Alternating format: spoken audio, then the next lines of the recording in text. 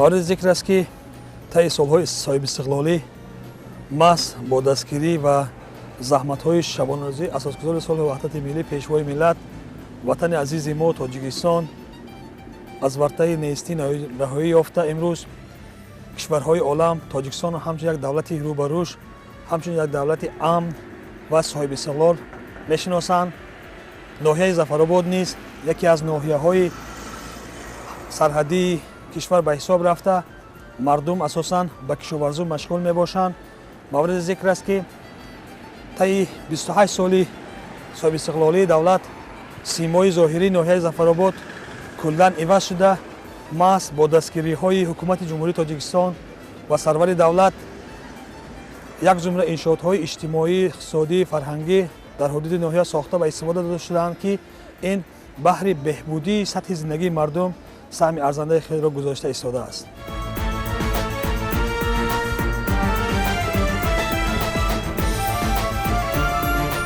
چطور که شما آگاهی دارید پس از سال 1965 ناحیه تأسیس یافته است و اصلا مردمان مهاجر را از هر گوشه به اینجا آورده مقیم نشون نمودند و ظفرآباد معنای آن را دارد که یعنی مردم دسته جمعانه یعنی با ظفر این مکان را یعنی این چول بیابان را آباد کردند و امروز همچنین یک گلستان مبدل گردانیدند.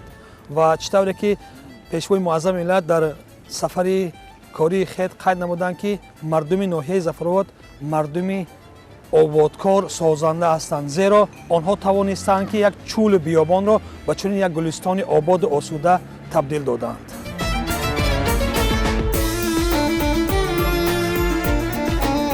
باید قید نمود که سال جاری با ابتکار پیشوای معظم ملت در ناحیه یک زمره انشاءات‌های اجتماعی از قبیل خانه فرهنگ، کودکستان خصوصی، باغ فرهنگی فراغتی و اینچنین یک چند انشاءات‌های دیگر ساخته به استفاده داده شدند که امروز محض این انشاءات‌ها بهر بهبودتر گرداندن سطح زندگی مردم ناحیه خدمت کرده ایستادند.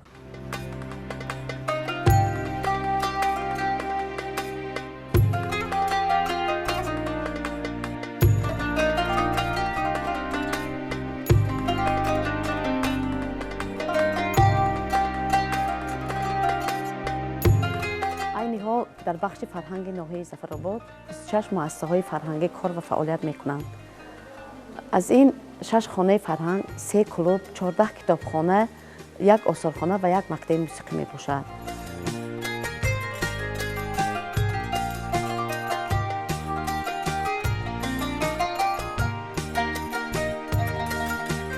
سال روان در خود ناحیه ما تعمیر و از نوسازی خانه فرهنگ ظفر که به قصر فرهنگ ظفر تبدیل یافت، باغ فرهنگی، آثارخانه تاریخی ناحیه می باشد. ما جواباً به این غمخوری‌های اساسگزار صلح و وحدت ملی پیشوای معظم ملت فعالیت را جانب نموده بهر استراحت و فراغت مردم باز هم کار را پیشتر می‌گردانیم.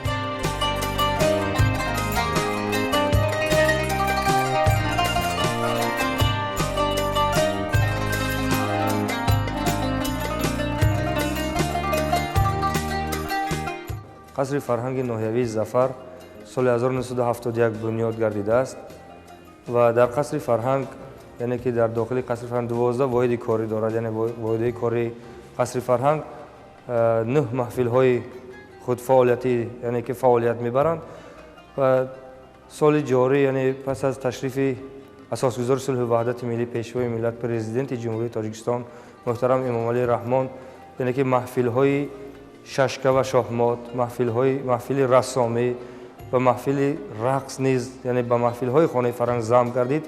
یعنی زیاده از 120 نفر یعنی که نورسان و جوانان ناحیه در این محفل ها یعنی که اشتراک می‌ورزند، یعنی که از هنر و مهارت و صنعت موسیقی نیاگان یعنی که باخبر می‌شوند، یعنی که تجربه می‌آموزند.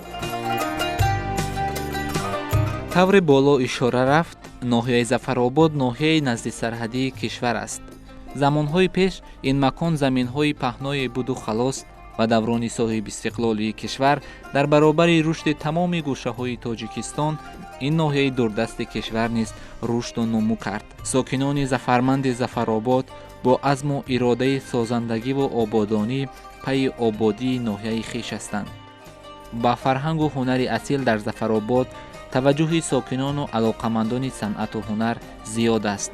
дар бахши фарҳанги ноҳия гурӯҳҳои ҳунарӣ, ансамблҳои оилавӣ ва маҳфилҳо амал мекунанд.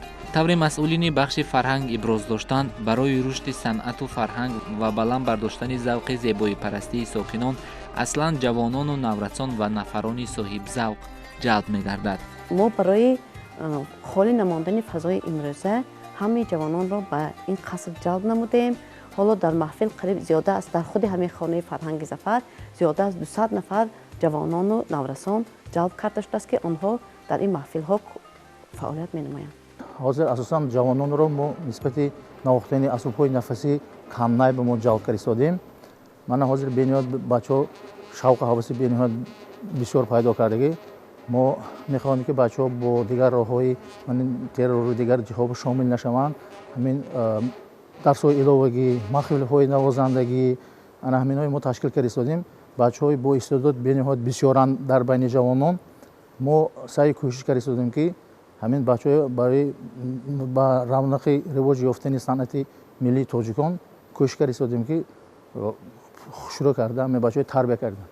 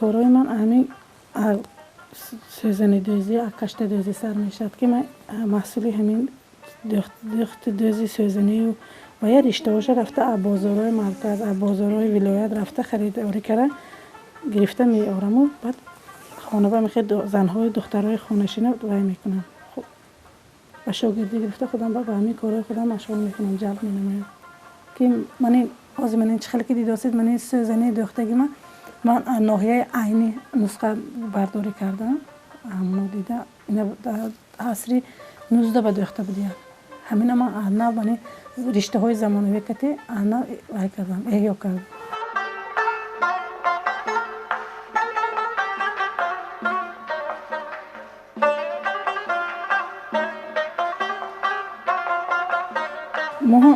اصلش مادری من سوزنی دوز بودم مادری من استقامت کننده ناحیه جیهون قمسنگیری پیشینه جیهونی حاضره که ملتشان ازبک بود و خودی فرغانه بودن مادری من تپی دوز بودن تپی های عراقی میدوختن تپی های مردانه میدوختن همش محصول دستی بود همه ما 9 فرزند بودیم که همین 9 فرزند مادری من همه وای بخچه عروسی همون با یک تکت سوزنی یا که میخواه زردیوال های وای دستی دوزی بولشته همین خیلی میراث کرده دوختگی هستیم همین وای من خیلی گم وای مثال اولادم هنرمند بودگیشان به می یا سوزنی دوز و وای بودگیشان به می من همین عشق ما به موندگی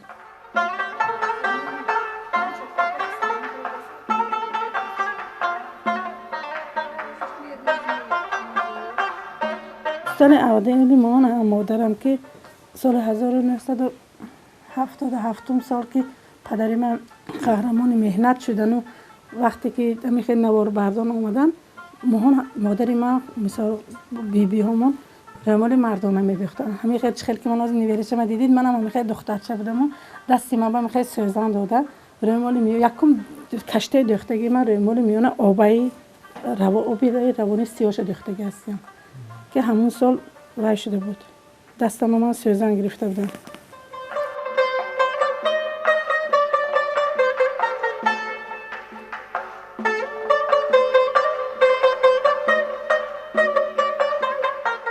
همین برای صفحه من زنهای فعال با که اشتراک میکردم از طرف جماعت ایدو مراسم با که اشتراک میکردم مهنت های من دیده رئیس ناحیه همین خیلی وای کردن قدردانی کردن من گرانتی وای با ولایتی وای کردن پیشنهاد کردن من امسال جایزه گرانتی 5000 تومانی شدم من دخترای شوهر میکنن عروس میشن مثلا از طرف مادران همون من با بسیارتر تکلیف میشه سپارش میشه همین خیلی بسیارتر خودم شوقمند هستم وایتر هستم سوزنی دوزیدم سوزنی های نسخه های وای کهنه باشد بسیارتر میخوام از من به نزدیکی دوشنبه رفتم و قلعه حصار با که وای رفتیم همونجا با یک موزه قلعه حصار با دیدم یک نسخه های بسیار خوشروی بود که همون نسخه های اونجا به دیدگی ها همین های مایده تر خردتر کرده من خیلی وای با فراوردم من متاها با فراورده همین نسخه های همونجا گرفته آمده بودم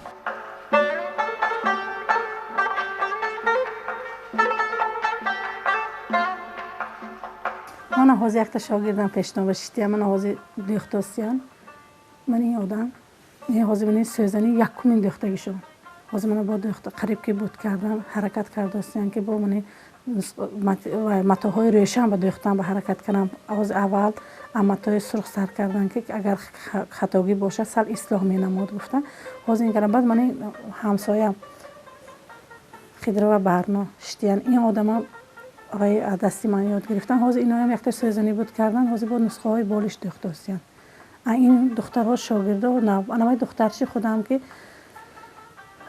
8 سال باز پهلوی من باشته همین کار رو دوام میتیم که همین من سوزنی که چخل کردم دیوار با میبینید این با یاردم دادگی من اینش خودش دوخته بود کرگی دوامی 18 روز بعد دوخته بود کرد سوزنی ویشه حالا این عدس پورا نبرآمد است من هم خیلی دو سکتور من خیلی روزه خالی هاشون با میبیام کی با چخل معقول باشه اکدام مثال حجمی خود خواهند حجمی کلان خواهند همون خیلی وای با نسخه کشیده میتی میدیزن زمستان گذشته 2 تا کرتی چکن دوختم دخترچه‌ام سودین دوشنبه به میخواند و یا استفاده بردن از دستی و یا با من پیرانی که تنه این دختر به میبینید هم قراق و هم وای گلدوزی اینم یک وای نو همراهی من چهور دوزنده وای کتی هر دومان همینه اختراع کرده کرتی وای کردیم نوروز ایدانه دوختی من میخوام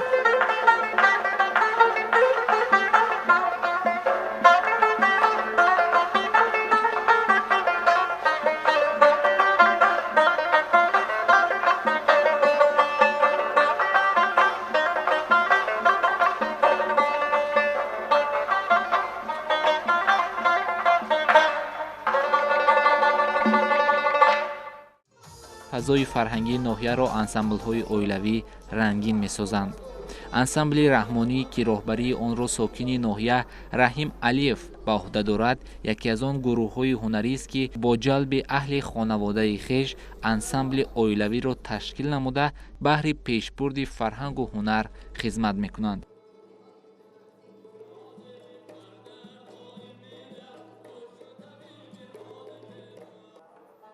این انسامبل ما زیاده از 13 نفر اشتراک کرده است. ما اکنون نیت ما قبل ما همین که اکنون همین شرافتی جناب قد که ما که روی صحنه برآمدیم انشاءالله با نیت های در پیش داریم. خدا خواهد برآمد میکنیم ناحیه و ولایت و ریسپوبلیک و انشاءالله نیت ما همین است. اصلا شعر و سرود و ترانه‌های اجرا کرده این خانواده هنردوستار و زیبایی پرست از ایجادیات خلق بوده. در این راستا از اشعار شاعران معاصر و کلاسیک تاجیک نیز زمزمه‌ها می‌کنند و ذوق دل خویش را با محبت وطنداری و وطن پرستی برای بیننده و شنونده خویش ابراز می‌دارند. همش نگرای خودم، عائله خودم، همه ما یک عائله. خیلی روز به روز اکنون نیت ما برنامه‌های نو به نو تیار کرده برآمد کردن. فعالیت کاری ما گویا که ما یک اعضای محفلیم، خانه فرهنگ با هم تو جمع میشیم، خوش برنامه تیار میکنیم، برآمد کردن میگیریم برای خلق ما، برای ملت ما، برای وطن ما. که راستش خدمت کردیم سودیم، با حرکت میکنیم، با خدمت میکنیم.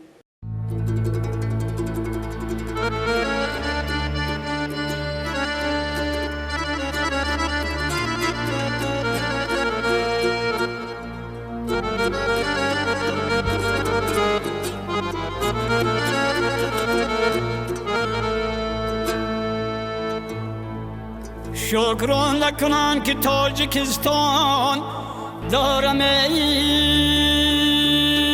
رو جان به نور مهر تابان دارم ای امر شبم از یال سامان دارم ای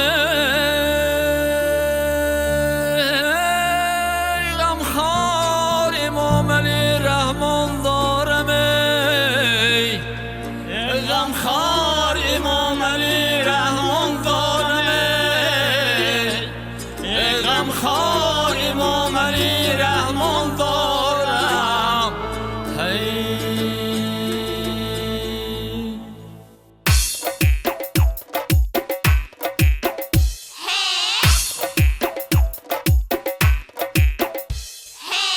پیشوای ملت دنیای ما دیگر شد، با پیشوای ملت دنیای ما دیگر شد. شکرانه تاجیکستان آزاد از خطر شد، شکرانه تاجیکستان آزاد از خطر شد.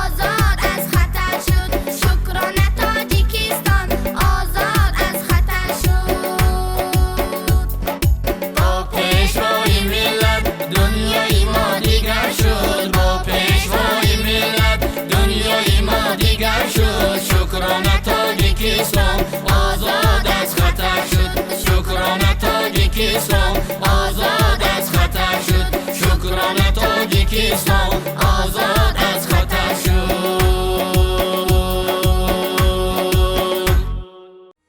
инчунин дар назди бахши фарҳанги ноҳиявӣ китобхонаи наву замонавӣ ва муҷаҳҳаз бо компютеру мавҷи интернет фаъолият мекунад ки китобдорону китобдӯстон аз он васеъ истифода мебаранд.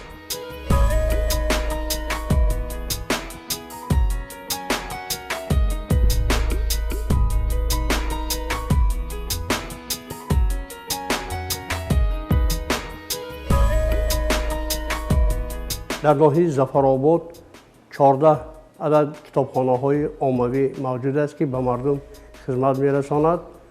شماره عمومی مخزن کتابی کتابخانه‌ها بیشتر از 104,000 نسخه را تشکیل می‌دهد. چند پیش هنگام تشریف جناب عالی به کتابخانه محفل الکترونی کتابخانه الکترونی تشکیل کرده شد که تا امروز خوانندگان و کتابخانه آمده در محفل کامپیوتر را می آموزند. در کتابخانه الکترونی ما بیشتر از 1190 نسخه ادبیات های الکترونی موجود است که از آن اثرهای بدیعی، اثرهای سیاسی، ادبیات های بچگانه موجود است و هر روز اعضایان محفل کتابخانه الکترونی به کتابخانه آمده آموزش می‌گذرانند. اینچنین در نزد کتابخانه مرکزی محفل دوستداران کامپیوتر تشکیل کرده شده است که تا امروز بیشتر از 15 نفر اعضایان این محفل میباشند. هر هفته روزهای سه‌شنبه، روزهای پنجشنبه ما اعضایان محفل به کتابخانه آمده با آموزش ادبیات‌های الکترونی مشغول می‌شوند.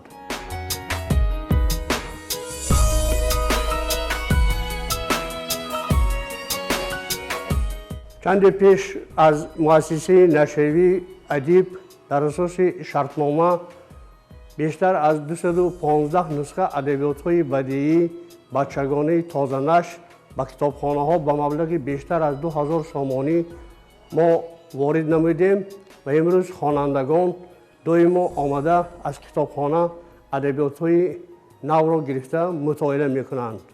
سالهای آخر بیشتر خوانندگان به کتابخانه آمده برای دسترس نمودن ادبیات‌های تازه نشر سعی و کوشش می‌نمایند.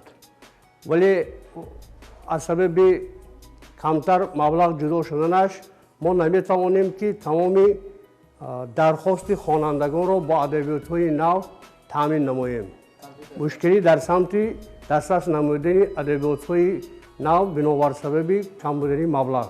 مردم می‌بینم کتابخانه بیشتر شوق و ذوق دارند، خود ادبیات‌های دلخواهشان را دسترس کرده نمی‌توانند، کمتر با طلباتشون خانه گرانده نمی‌شوند.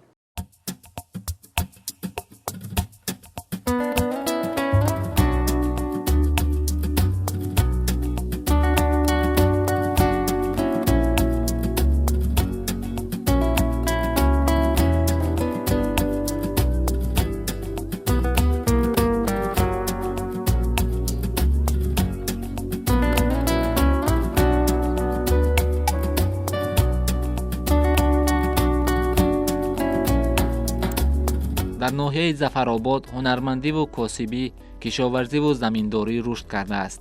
акнун ки фасли зимистон аст, сокинон хусусан ҳунармандон ба ҳунару ҳунармандӣ дар хонадони хиш машғуланду аз ҳисоби маҳсули меҳнат рӯзгорро сомон медиҳанд. садоқат олимқулова аз ҷумлаи он занони ҳунармандест ки бо ҳунари волои худ дар тамоми зафаробод овозадор аст. аз нақли ин муаллимаи ҳунарманд аён гардид ки ӯ аз ҷумҳурии дӯсту бародари Ӯзбекистон ба ноҳияи Зафаробод келин шуда омадааст. ин ҳунари гулдӯзии нафису зебову нозукашро ӯ ҳангоми дар Федератсияи Русия буданаш омӯхтааст ва имрӯз баҳри омӯзонидани шогирдону завқмандон маҳфили хурди ҳунаромӯзиеро ба роҳ мондааст. аслан ман ба рассомиву тасвири расмҳо завқу шавқи зиёд доштам ва ҳамин буд ки ман аз рӯи ихтисоси рассомӣ таҳсил кардам ва соҳиби касби дӯстдоштаи хеш гардидам. Ман дар ҳоли ҳозир муаллима ҳастам ва муаллимаи дарси рассомӣ ва меҳнат ва ин ҳунари зебову нафис ва заҳматталабро 10 сол пеш ҳангоми дар Русия буданам омӯхтам. онҷо ман вақте дидам ки занҳои рус гулдӯзӣ мекарданд, барои ман ин ҳунар ҷолиб шуд ва ҳамин гуна зеҳн мондаму омӯхтам. рости ин намуди гулдӯзиро мардуми рус медӯзад ва ду намуд мешавад, якеаш дар рӯи матои сафед ва дигараш аз рӯи расму нуқтаҳои муайяншуда. ва инак 10 сол мешавад ки ман ин ҳунарро дар худ дорам то имрӯз шогирдон омода кардам. хусусан духтарам ин ҳунарро хеле хуб аз худ кардааст.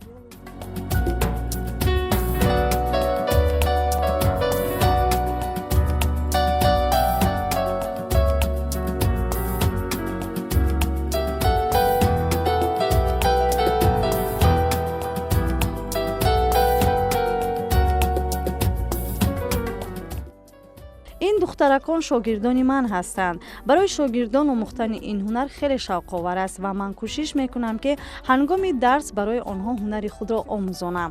гуфта метавонам ки аллакай мустақилона аз уҳдаи духтар мебароянд.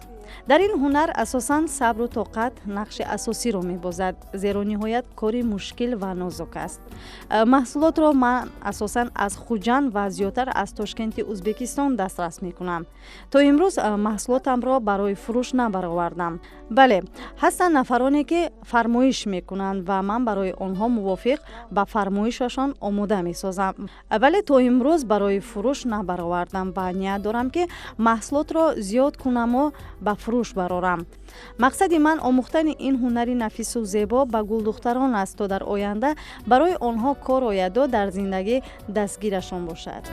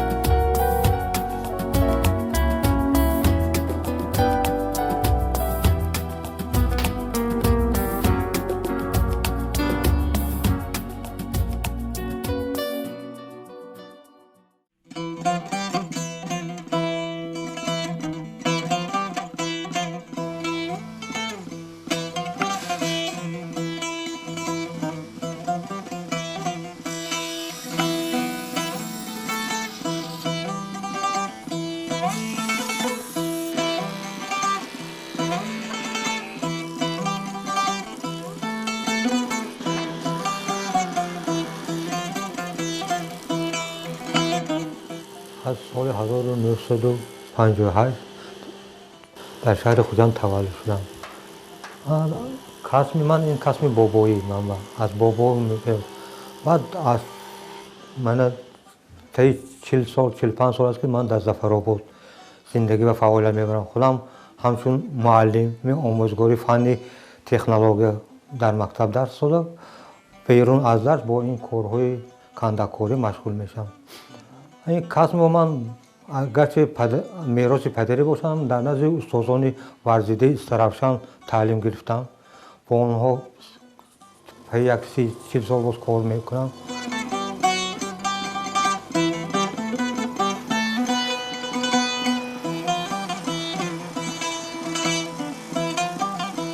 کارخانه کشاده دادم، دستگیری کردم. برای فروش محصولاتمو امکانیت دادم، پیدا کردم.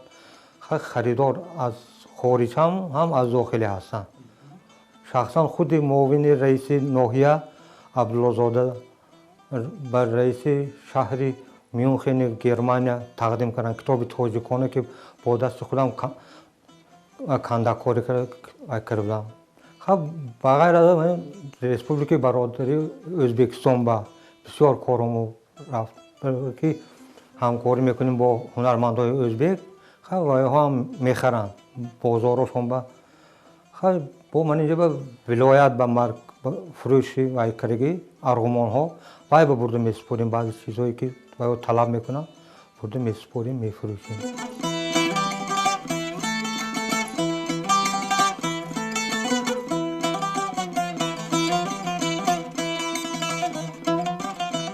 маҳсулот мо аслан аз чӯбҳои маҳаллӣ бисёри аз чанор тут истифода мебарем. Ман табақҳо бисёриш аз чӯбҳои тут мешаванд. аз чанорам мекунем сони бисёри аз хориҷа аз Россия мебиёранд.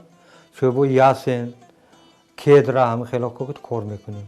дар зиндагӣ истифодашавандаҳошам ҳаст. мисол табақҳоя зиндагӣ истифода мебарам. арғумонҳоам мувофиқи фармоиш мекунем. чунки арис ман худам аъзои ассотсиатсияи ҳунармандони вилоят шудам. мувофиқи закази ҳамонҳо фармоишамро месозем. баъзе магазинҳо бурдем ё баъзе ягон меҳмонҳои хориҷа биён метем.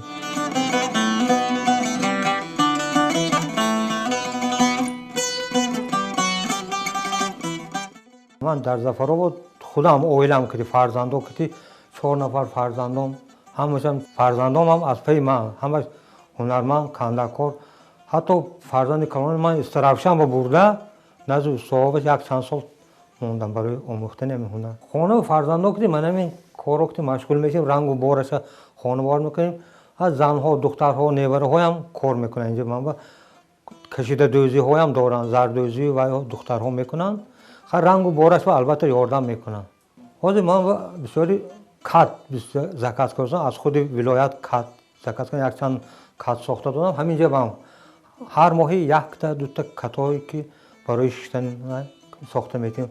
ман ин столҳои шахмат бисёри столҳои нарда